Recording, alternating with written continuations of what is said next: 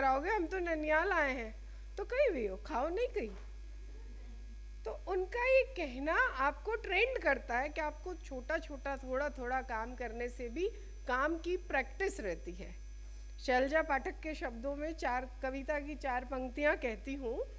ये उठती हैं, महिलाओं के लिए उन्होंने कहा, ये उठती हैं तो दीवार से टिक जाती हैं, संभलती हैं, चलती हैं, पहुँचती हैं गैस तक, खटाक की आवाज़ के साथ जल जाती हैं। यानी महिलाएं गैस जलने के साथ साथ महिलाएं खुद भी जल जाती हैं। हम स्वयं इतना अपने आप को काम में व्यस्त रखते हैं कि कहीं ना कहीं हम अपने स्वास्थ्य को पीछे छोड़ने लगते हैं। तो मुझे लगता है कि हमको सब काम करने के साथ साथ खुद का ध्यान भी खुद ही रखना पड़ेगा। जहाँ तक आप समाज में कामकाजी, चाहे महिला घर की हो या पुराने घरों में, तो आप देखिए पुराने, मुझसे एक पीढ़ी पुरानी की अगर बात करें तो महिलाएं सबसे अंतिम में खाना खाएंगी। क्यों खाएंगी? बच्चों कुछ खाई ले, वहाँ कम नहीं पड़ना चाहिए, क्योंकि बनाना उसी को है। तो वो नहीं चाहती फिर वही सारी मशक्क़त की जाए। तो मैं तो अचार रोटी खा लूँ, दही खा लूँ, नमकीन खा लूँ। पर आज की महिला ऐसा नहीं करती है, वो ज़्यादा बना लेगी। एक कटोरी मुझे भी तो पूरा चाहिए ना। सारे दिन अपनी एनर्जी लगाऊंगी, खाना बनाऊंगी, तो खुद अच्छा नहीं खाऊंगी तो कैसे बनाऊंगी? इसलिए हम सब महिलाएं अपना खुद का भी ध्यान रखें, अपने आप को आगे बढ़ाएं, अपने मन का काम करें और ऐसा करें कि दुनिया कहे कि इनको जो आज़ादी दी गई उसका उपयोग उन्होंने सही किया। क्योंकि कई बार जब हम अपने घर से जब हम निकलते हैं तो हमारे ऊपर समाज की, घर की, गांव की, सबकी निगाह रहती है। अगर हमने एक कदम गलत उठाया तो आप मान के चलिए आपने अपने घर, अपने समाज, अपने गांव की सब लड़कियों के लिए रास्ते बंद कर दिए। इसलिए कोई कदम गलत उठाने से पहले 100 बार सोचिए। हमेशा ऐसा नहीं होता कि आपने कोई विद्रोह किया और उस विद्रोह का परिणाम सकारात्मक आए, नकारात्मक भी आ सकता है। आपको दोनों पहलू पर सोचना चाहिए, दोनों पहलू को ध्यान में रखते हुए आगे बढ़ना चाहिए।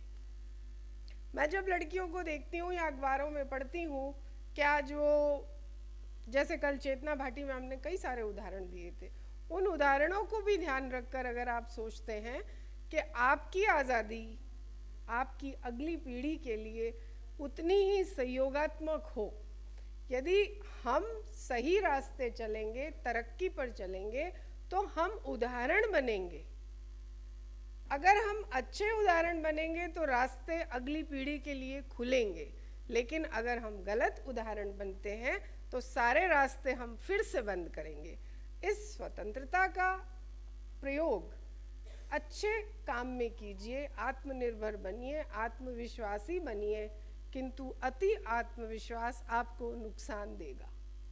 इसलिए मेरा मानना है कि हम सभी कामकाजी महिलाओं को, मैं कामकाजी सबको मानती हूँ क्योंकि घर की महिलाएं बहुत काम करती हैं, बस वो अर्थ नहीं आता इसलिए उनकी कदर नहीं है। बाकी आप एक एक काम का पैसा दे रहे हैं। आप सब लोग जानते हैं कि काम करवाना इतना आसान नहीं रहा और धीरे धीरे ये संस्कृति खत्म होगी।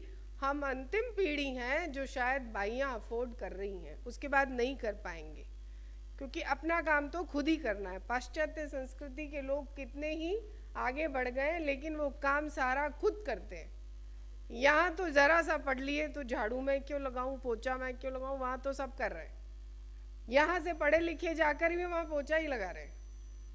नौकरी तो बाद में अच्छी मिलती है, कमाने के लिए, खाने के लिए वहाँ पहले काम करना पड़ रहा है। इसलिए हमें आत्मनिर्भर बनना है, पर अति आत्मविश्वासी नहीं। एक कविता के साथ अपनी बात खत्म करूँगी। लिखा तो बहुत कुछ था पर बोलती मैं अभी भी अपने मन से हूँ। पद्मजा शर्मा जोधपुर की हैं, उनकी एक कविता बहुत अच्छी है। एक कविता के साथ अपनी बात को विराम दूंगी। तुम रोकी जाओगी, स्त्री के लिए वो कह रही हैं, उनकी कविता का नाम ही स्त्री है। तुम रोकी जाओगी, रुकना मत, वर्जनाओं के जाल में फांसी जाओगी, फंसना मत। डराई जाओगी, डरना मत, तुम पहाड़ नहीं नदी हो, अड़ना मत, बहती रहना, हंसती रहना, स्त्री तुम धरती हो। थकना भी मत, चलती रहना, फलती रहना, तुम किसी भूल भुलैया में फंस कर खो न जाना, बहती रहना, खुलकर खिलकर, अपनी मौज में अभी तो तुम निकली हो, अपनी खोज में स्त्री। धन्यवाद, आपने मुझे सुना। बहुत ही सुंदर।